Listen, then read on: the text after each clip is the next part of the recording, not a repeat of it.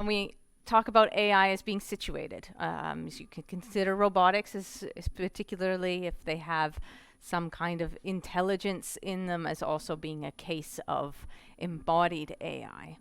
And then I want to speak a little bit about an area that is very close to my researcher heart, which is how do we ground language in these systems? And this is where the semantics come in. And I hope eventually by the end of my talk I can also provide some inspiration when it comes to visualization, although that topic in itself is a bit outside of my own.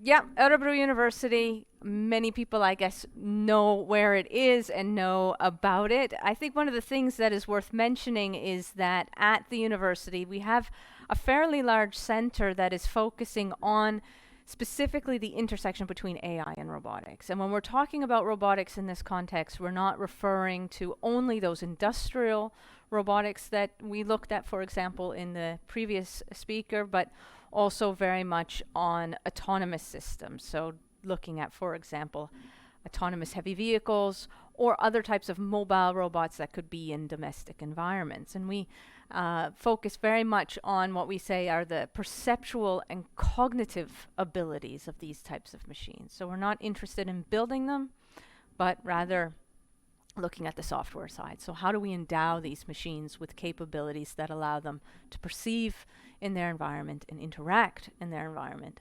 And that is what my research group does. We're about 20 people in my research group. We have a lab, which we call the Machine Perception and Interaction Lab, and where we pursue a number of different, let's say, research directions that are very close to AI-related topics. Everything from how do we get or how do we learn representations from sensor data that are important for a particular task? How do we, for example, augment those representations into something that has meaning? And then how do we develop these systems that now have this ability to interact with humans in a good way? Maybe just a connection to the previous speaker. Actually, one of the things that our lab is looking at right now is looking at human-robot interaction for surgical robots in Lindesberg, where they're testing exactly the Stryker system that you showed. And interestingly enough, there is a fascinating interaction that occurs between the surgeon and the robot operator. Because we're at this stage in robotics where if you sell a robot, you have to almost package a human being with the robot, right? Because to operate the robot in itself is non-trivial. And we've been looking, I actually saw about 2 weeks ago, I witnessed one of these surgeries, which was a horrible experience, by the way. And what I saw was that the robot operator and the surgeon had to talk quite a bit. So there are a lot of interesting challenges with regards to interactions. And we think one way to address a lot of those challenges is through semantics. And what do I mean by semantics? Well, semantics is what we say is the way in which we convey meaning, right? So when humans interact with each other, when we talk to each other, we use language. But that language is often grounded. It's grounded in a representation that tends to be shared. That's hopefully what creates good communication. And because we have a grounded representation of, the language that we're using, we can actually manipulate language in order to create new concepts, right? So you can be able to sort of make these statements, like J.K. Rowling said, a creature with the front half of an eagle and the hind half of a horse. So through the manipulation of concepts, I'm able to convey to you something that you probably haven't really perceived before, hopefully not, but something that anyway makes sense, right? And this is, I would say, fundamental, not only for the ability for us to talk, but it's also fundamental for the ability for us to understand the world around us. So now we're getting a little bit into what I would say are the basic research questions of AI.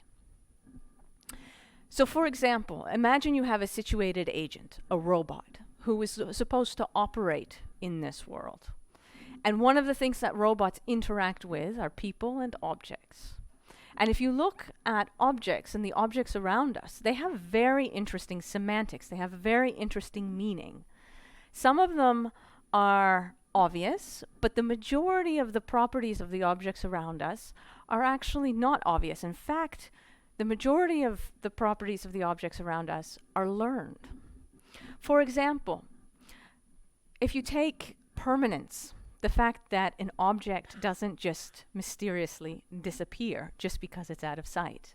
This is something that you learn around 8 months of existing, right? That's why when you play peekaboo with a child, they get really excited because when you do this, you really do disappear until they figure out that out of sight doesn't necessarily mean that the object no longer exists. There are other different things about objects, like, for example, if you take affordances, you can do certain things with certain objects, but you cannot do certain things with others. And we actually are very good at understanding affordances. We can look around us and figure out, well, these chairs, even though they look a little bit odd, I can probably sit on them if I bend the bottom part down. You know that a carrot, for example, if it's cut, it still functions as a carrot. If you take a glass and you shatter it, it no longer functions as a glass. It no longer functions as a container.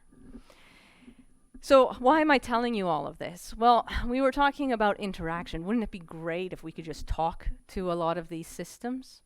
Well, in order for us to really talk to a lot of these systems, where we have systems that interact in the real world, these systems have to really understand what the words mean. And that is the part of AI which we're very interested in. And this is what we often call semantic perception. So how do you not only look at an image and say, ah, cat, but you look at an image and you say, well, that's a cat. And those are all the things that cats do. And they're animals and they can be house pets. And all of those terminologies are shared between us. And the reason, as I said, that we want to do that is because in the end, we want to be able to talk to our machines easily. We want to be able to instruct them, like pick up all the toys in the living room, cut open my knee and put in another one, that kind of thing. We want these high-level descriptions, and that these machines know what we mean by those interactions.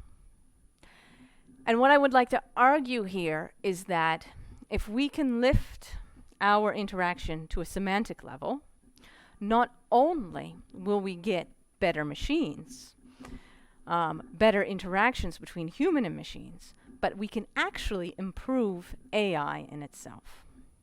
And hopefully I'll be able to convince you of that near the end of my talk. So let's take a look at, let's say, a fun problem. If you take a look at the following scenario, this is a fairly interesting interaction of the world, right? And I would ask, where is the ball?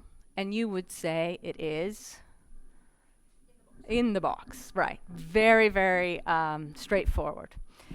Now, this is actually quite difficult for a perceptual system to solve. And we can make it a little bit more complex. So, for example, if you look at the GIF here, where I'm just showing you something that's called the shell game, sometimes a street performer's trick, we can easily be fooled by this, right? Now, if I ask you, well, what do you need to know in order to solve this task? Well, it's actually quite a complicated task. Now, first of all, it's only visual information that we're getting. Now, you have 3 identical cups, so you have to kind of keep a mental representation of the fact that even though the objects are identical, each object is a separate entity. You have to learn that when the coin is under one of the cups, even though you do not see it, it still exists. And then comes the really tricky part, which is that when the cup moves, the coin moves with it. Again, quite a complicated process of reasoning that we have learned to do at a very young age. And if you imagine for a robot to be able to complete the exact same thing, it's actually not trivial. In fact, if we go into the biological world, Many animals cannot solve this task. It requires a fairly high level of intelligence to address this task. Now, one of the things that we tried to do is, well, we tried to solve it. And I can't go into all the technical details, but basically what we're doing is we're creating a system that is able to learn to reason. And what the system does is it reasons about occlusions. Remember I told you about this interesting aspect of permanence. So the system creates a belief of where it thinks the object is. And it basically, after time, realizes that if the object disappears and then reappears somewhere else later, it starts to form, you could say, rules in its head about why this reappearance occurs.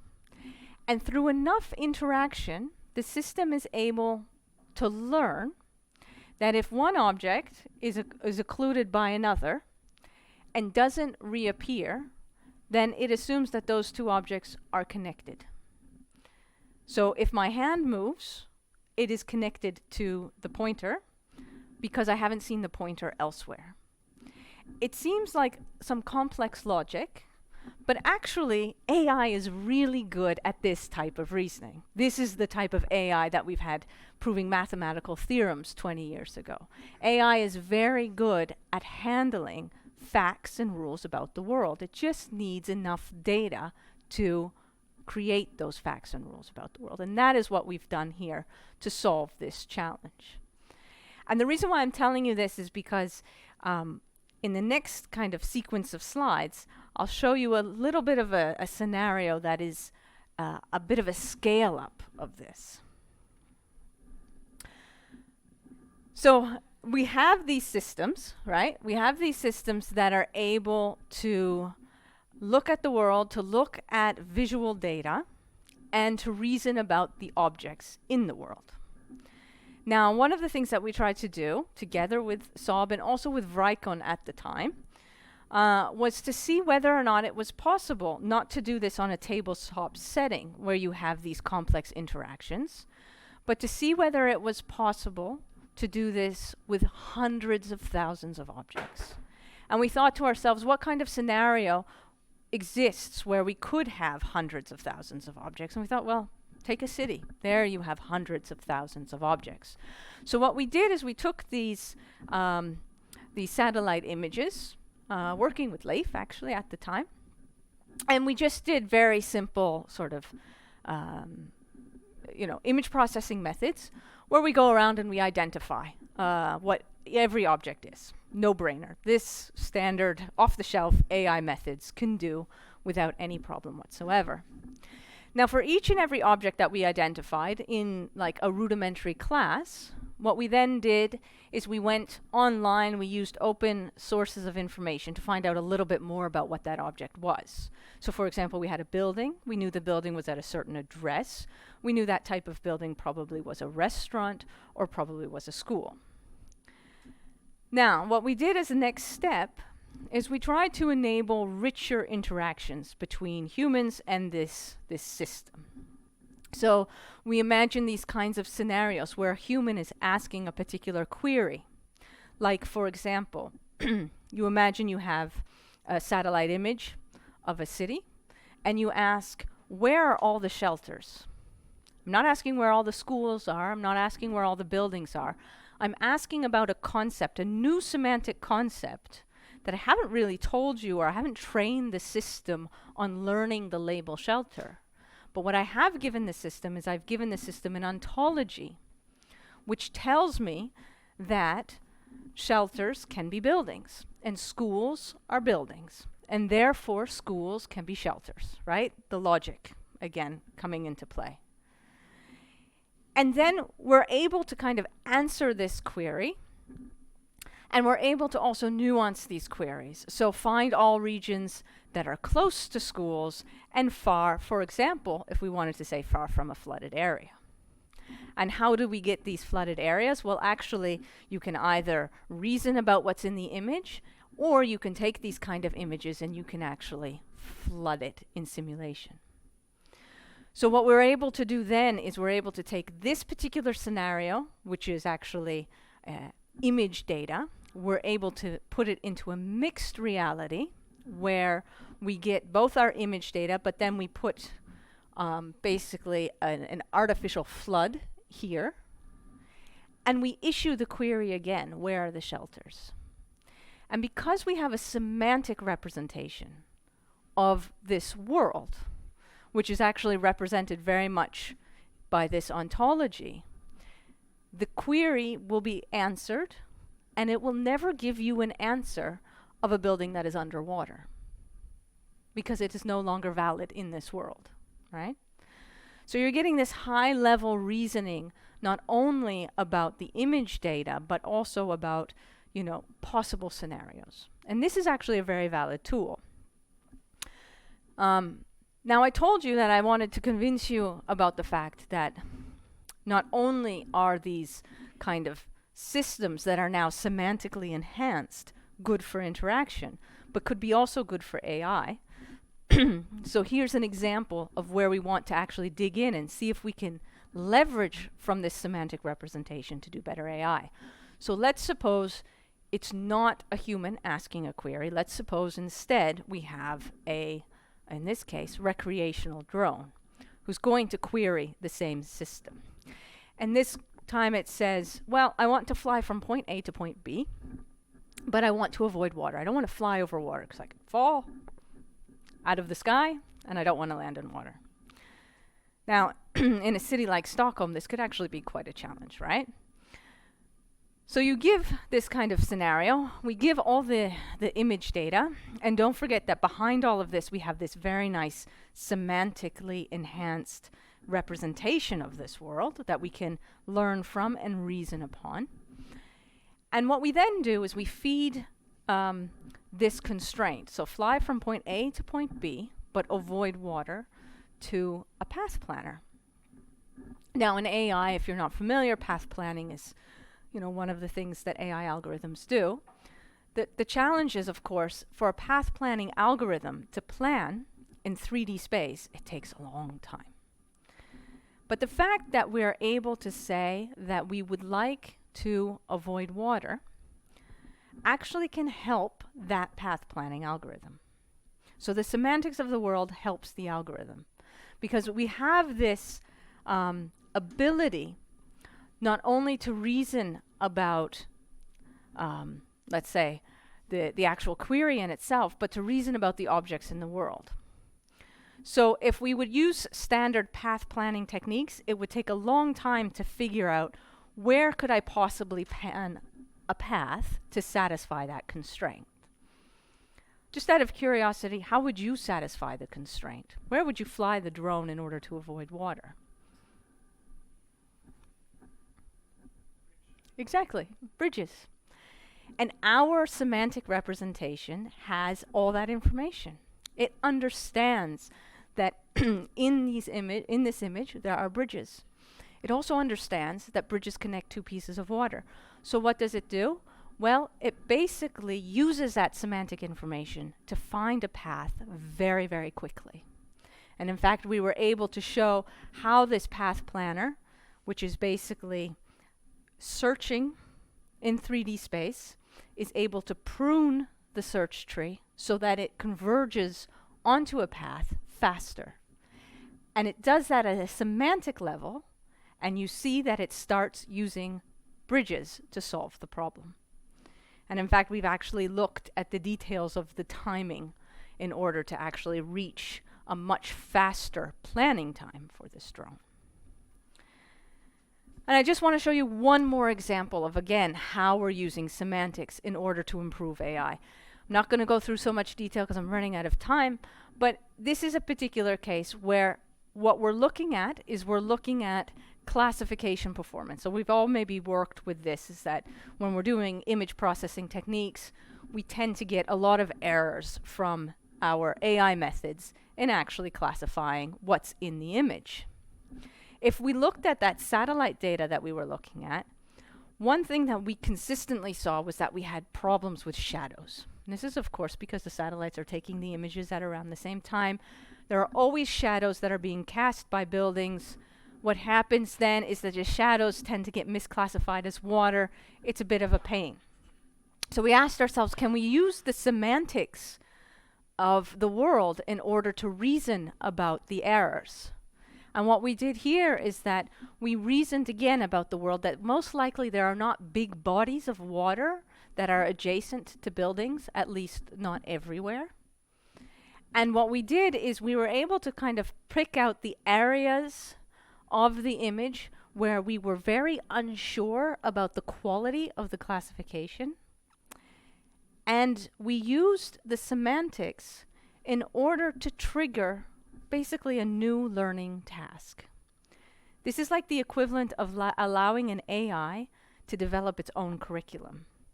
We allow the AI to look at the semantics of the problem, to basically say, I need to learn a little bit more about shadows. So it in itself has agency over its own learning. And there's a whole bunch of ethical questions that you could ask yourselves in result to this. But here, again, the key is by raising our level of representation to a semantic level where we understand the meaning of objects, we think we get smarter systems.